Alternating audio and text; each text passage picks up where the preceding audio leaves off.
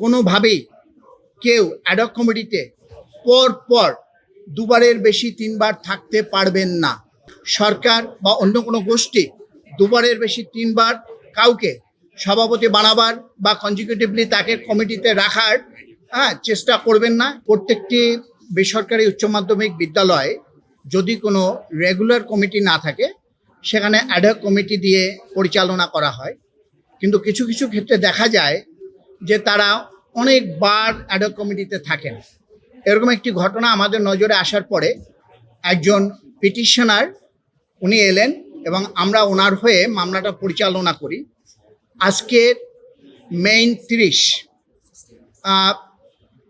বিষ্ণুদেব চক্রবর্তী বিচারপতি মহোদয় এবং তার ব্রাদার জাস্টিস আব্দুর রহমান বিচারপতি, ওনাদের দ্বৈত বেঞ্চ এই রিট পিটিশনটি শুনে একটি যুগান্তরী অবজারভেশন এবং ইন্টারিম অর্ডার দিয়েছেন। সেই অর্ডারে বলেছেন যে রুলের ব্যত্যয় ঘটিয়ে কোনোভাবেই কেউ অ্যাডহক কমিটিতে পর পর দুবারের বেশি 3 বার থাকতে পারবেন না।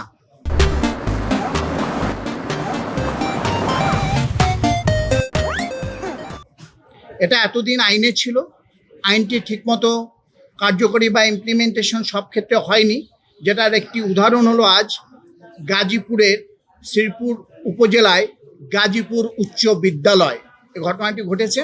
আপনাদের এই প্রচারণায় আমাদেরকে উৎসাহিত করে যে কোনো আইনের ব্যত্যয়ের পরিবর্তে আমাদের রুখে দাঁড়াবার, যে কোনো অনিয়মের বিরুদ্ধে আপনাদের কাছে এসে ভাগ করে প্রতিবাদ করে এর একটি সুষ্ঠু সমাধান। আমরা বিশ্বাস করি এখন থেকে সরকার বা অন্য কোনো গোষ্ঠী দুবারের বেশি 3 বার কাউকে সভাপতি বানাবার বা কনজিকিউটিভলি তাকে কমিটিতে রাখার চেষ্টা করবেন না, এবং খারাপ যারা ব্যক্তির যে এলিগেশনগুলো থাকে তাদেরও আনবেন না, এরকম একটা মেসেজ এই রুল এবং স্টের মধ্যে রয়েছে। আইনি ঝামেলা আছে, আইনটা ছিল কিন্তু আইনটা কার্যকরী হতো না।